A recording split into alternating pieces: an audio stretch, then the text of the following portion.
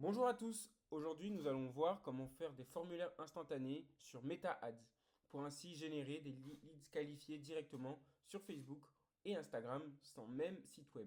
Parce que quel est le problème aujourd'hui?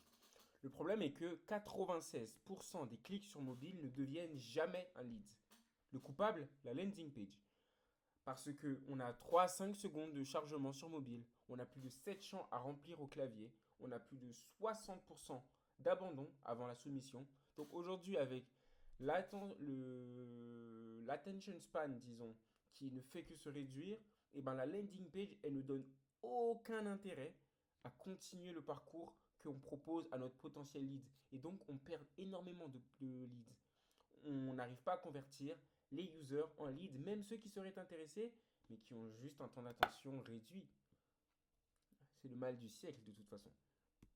Là, quelle est la solution? Le formulaire instantané. C'est un formulaire natif qui s'ouvre dans Facebook ou Instagram, pré-rempli avec les infos du profil. Il y a zéro chargement, il y a zéro friction. Une fois que la pub est chargée, le formulaire est chargé en même temps. Donc alors, dès que la pub est vue dans le feed, le potentiel lead, encore une fois, clique sur le CTA, qui sera pas spécialement d'ailleurs en savoir plus. Ensuite, il remplit le formulaire, qui est souvent pré-rempli lorsqu'il a déjà rempli les formulaires sur son téléphone. Et ensuite, c'est parti. Il le soumet et le lead est validé. On a donc, résultat, un coût par lead 30 à 70% plus bas qu'une landing page classique parce qu'on en a juste plus. Donc là, ce qu'on va voir, c'est quand on devra utiliser ce format, les cas d'usage qui font vraiment la différence, la création pas à pas du business manager au formulaire publié, ensuite les 4 erreurs qui plombent les leads couramment, et ensuite comment récupérer et exploiter ces leads parce que c'est bien le page que 80% des débutants ratent. Alors, quand l'utiliser? Il faut le bon outil au bon moment. Par exemple, il faudrait l'utiliser sur des demandes de devis en B2C ou en services locaux, pour des inscriptions en newsletter ou en webinaire, pour des téléchargements de guides, livres blancs, pour de la préqualification, tel qu'un essai gratuit ou une démo, pour des générations de leads à fort volume, mais il faut l'éviter pour la vente directe en e-commerce, tels que les paniers produits, les achats à fort engagement, tels que essayer de convertir directement en immobilier. Si ton CRM ne peut pas être connecté, ça c'est pas très malin. Et si tu as besoin de plus de 10 champs, ou alors où il n'y a pas besoin de plan de relance dans les.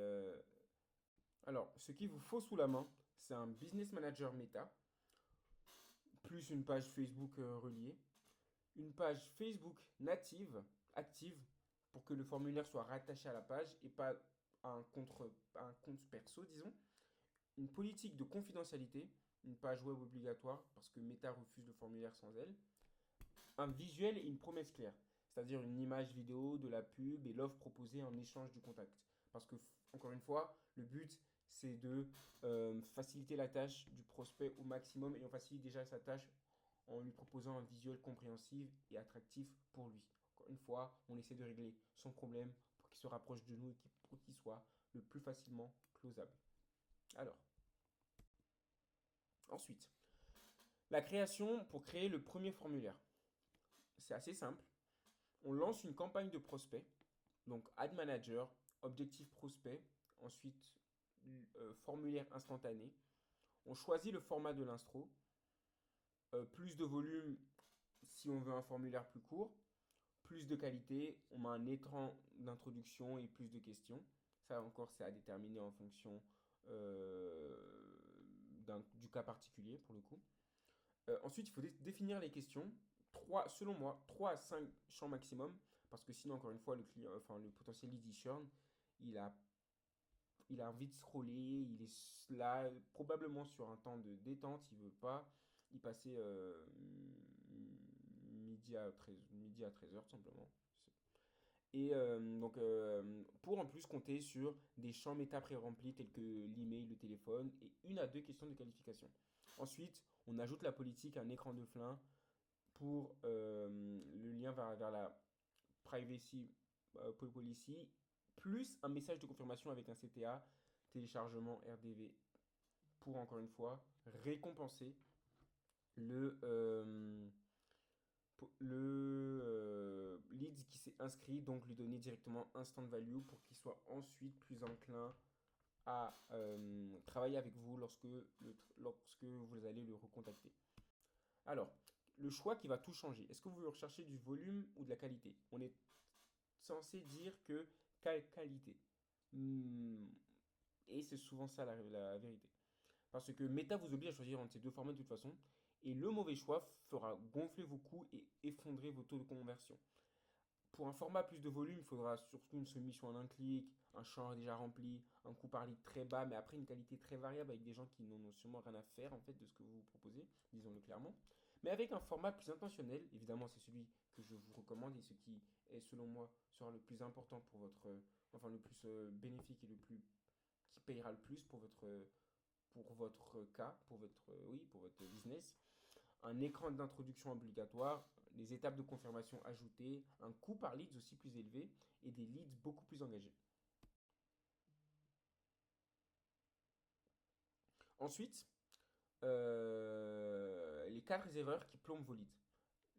La première, c'est qu'il y a trop de champs. Je l'en ai déjà parlé, mais j'en reparle parce que c'est vraiment très important. On ne s'en rend pas assez compte. Au-delà de 5 questions, le taux d'abandon double. Gardez le strict minimum pour qualifier. Il n'y a pas besoin de plus de toute façon. Aucun écran d'intro. Sans contexte, vous allez attirer des curieux qui cliquent par réflexe. Expliquez l'offre avant même de demander l'email, c'est la moindre des choses. Pas de relance rapide. Un lead non rappelé sous 5 minutes perd 80% de sa valeur. Vous vous en rendez compte? 5 perd 80% de sa valeur. Donc si vous ne pouvez pas le rappeler, préparez un workflow automatique qui comprendra automatiquement. Enfin, des champs méta non vérifiés. Les emails pré-remplis sont parfois ceux de méta. Ensuite, le piège que la plupart ratent. Par défaut, les leads restent bloqués dans Meta. Il faut donc les exporter manuellement en CVS. Résultat, ils refroidissent et la conversion s'effondre. Mais j'ai une solution pour vous, qui est arrivée jusqu'à ce moment-là de la vidéo. Je vous en remercie d'ailleurs. L'option 1, c'est qu'il y a une intégration native avec n'importe quel outil extérieur, que ce soit ERP ou Notion ou CRM. Donc, des intégrations avec Zapier, Make, HubSpot, Brevo, Salesforce. En quelques clics, le déclenchement est instantané. Sinon, donc c'est le plus recommandé parce que c'est le plus simple et on n'est pas là non plus pour faire du code. On est là pour être efficace sur notre marketing et attirer le maximum de leads. L'autre option, la plus avancée, c'est un webhook custom. C'est-à-dire une connexion directe à votre API via l'app Lead Center. C'est pour les setups techniques et surtout pour les setups qui ne peuvent pas se résoudre avec l'option 1. Sachant que l'option 1, de vous à moi, 95% des options, enfin des cas sont résolvables avec.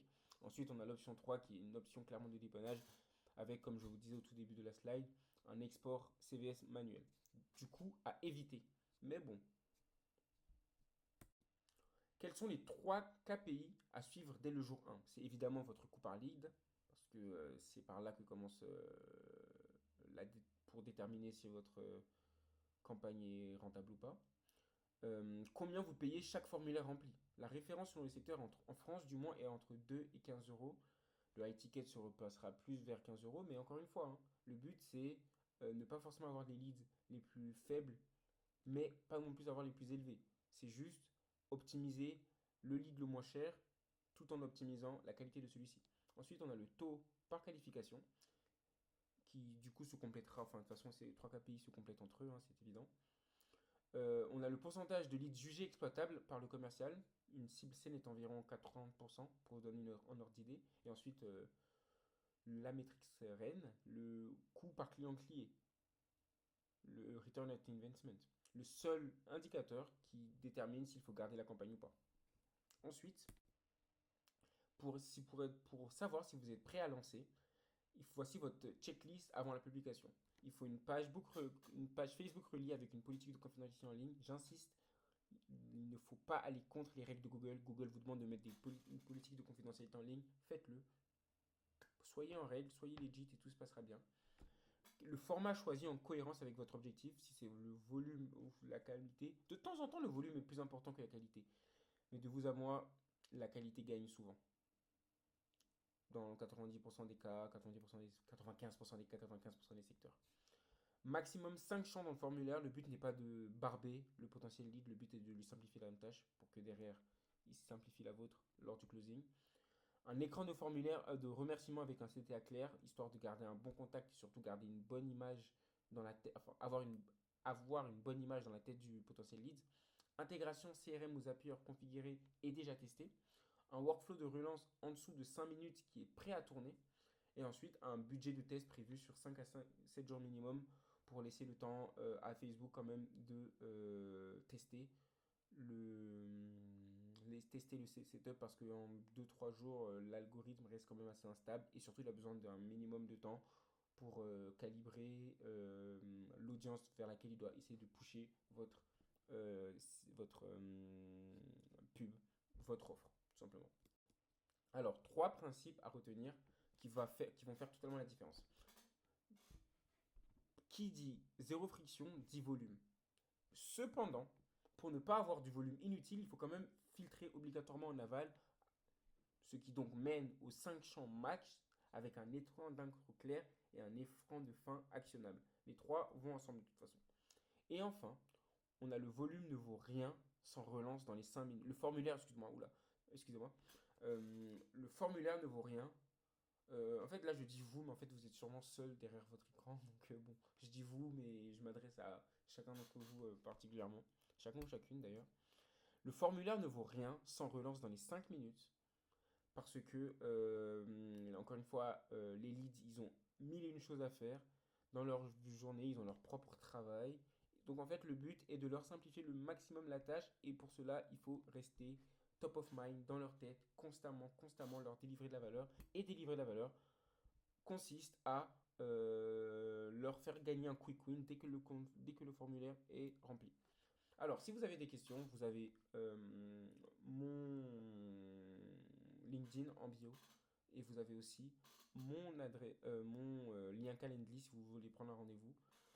Évidemment, rendez-vous évidemment gratuit pour faire un audit pour ce qui pourrait être fait pour vous ou si vous avez déjà des pubs qui tournent ou vous avez déjà fait des pubs, on peut en faire un audit et voir ce qui n'allait pas ou ce qui même peut être amélioré parce que tout est améliorable. Donc du coup, je vous remercie de votre écoute. Si vous avez des questions, je peux y répondre, que ce soit dans les commentaires, que ce soit sur LinkedIn, je me répète encore une fois. Le but, c'est vraiment de vous aider à améliorer vos formulaires sur Meta, Ads et à aussi implémenter des formulaires instantanés parce que c'est bien souvent un levier permis par Facebook bien trop peu utilisé. Donc je vous souhaite une bonne fin de journée et à bientôt.